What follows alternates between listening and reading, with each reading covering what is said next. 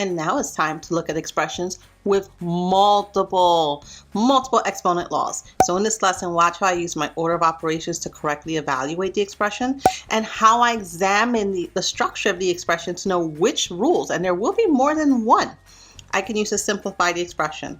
And finally, how I accurately and consistently simplify it. Let's look at all the different properties we've learned and how to use them to simplify this spicy problem.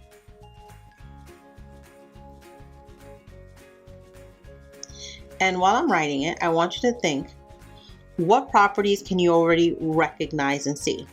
So for example, this one here looks like a power of products, but it's not. Instead, I'm just going to simplify it as 3 to the 5th. But the second one is absolutely a negative exponent.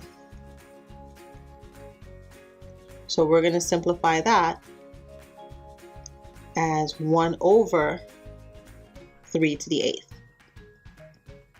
And the next one over here, when we write it out to the 0 power, and this is a 0 property. So let's simplify these out. We know that 7 to the 0 power is just going to be equal to 1. All right, so now what do I have? I have 3 to the 5th times 1 over 3 to the 8th plus 1. We'll use our order of operations. We're going to multiply these two together. And I'm going to give us a little space here. We have 3 to the 5th over 3 to the 8th. So what do we recognize? We recognize our quotient of powers.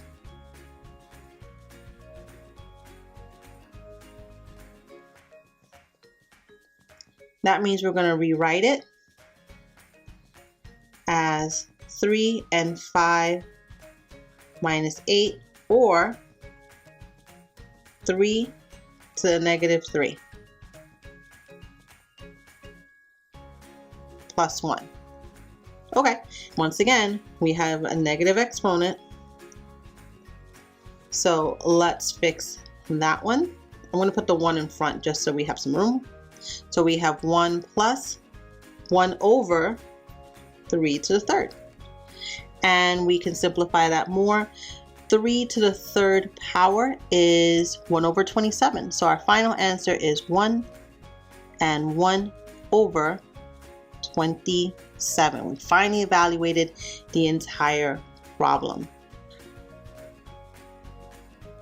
So we can recognize it.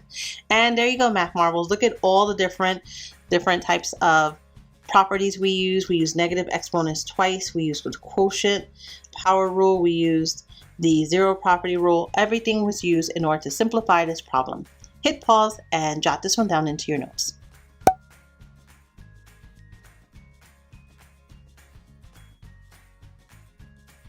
All right, let's try and chunk through this problem and simplify it as well. There are so many parentheses here. We're going to start with the first part. 1/2 in parentheses to the 2nd power. And we know that this is to the 4th power. So I can recognize that this is going to be a power of a power.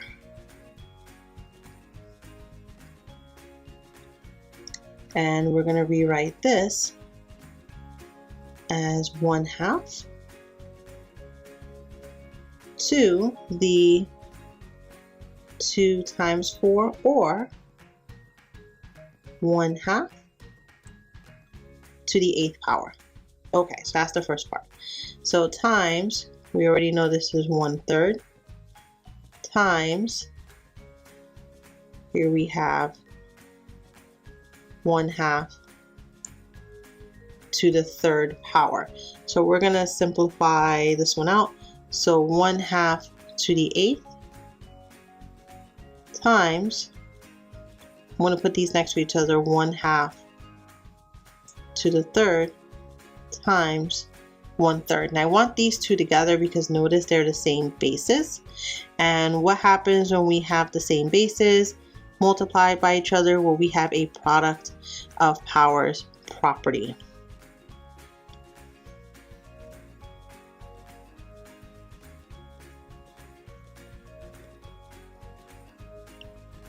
So we're going to rewrite that as, put this here, the 1/2, and we're going to take the 8 and the 3 and we're going to add them together.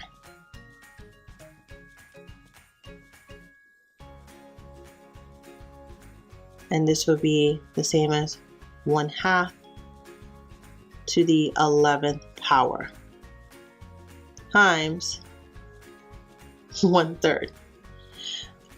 Okay, so 1/2 to the 11th power. Wow, this is going to be a long problem. And after we do 2 to the 11th, we're going to have to multiply it by 3. So just so you can see the scope of what 2 to the 11th power is going to look like, it's going to be 2048.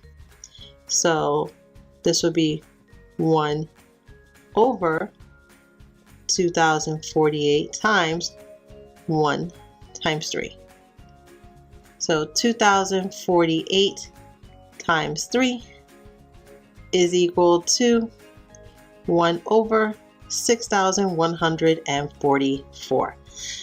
Done. So I'm going to box this as our final answer. All right, so here we go. I was able to recognize not only do we have a power of power, so a number outside the parentheses and another exponent inside. Notice we have to multiply them together to get our new exponent. Then noticing that we had two numbers being multiplied that were the same base with exponents, so I just put them together, and we had a product of power rules, meaning I could take these two and add them together. So 1/2 and to the 8 plus 3, or to the 11th power. And then I just used our calculator to do 2 to the 11th power. Luckily, that was this lovely number. We evaluated 1 over 2048 and then multiplied by 3 to get our final answer. So hit pause, jot this in your notes. And again, these problems look really overwhelming at first. So use your reference sheet to try and recognize where certain properties can be used, and this will also help you to recognize when a property cannot be used, where it looks similar to, but it is not appropriate for the problem. Get some practice and ask other people for feedback, as how we get better is how we learn. And I will see you in the next lesson, Math Marbles. Be well.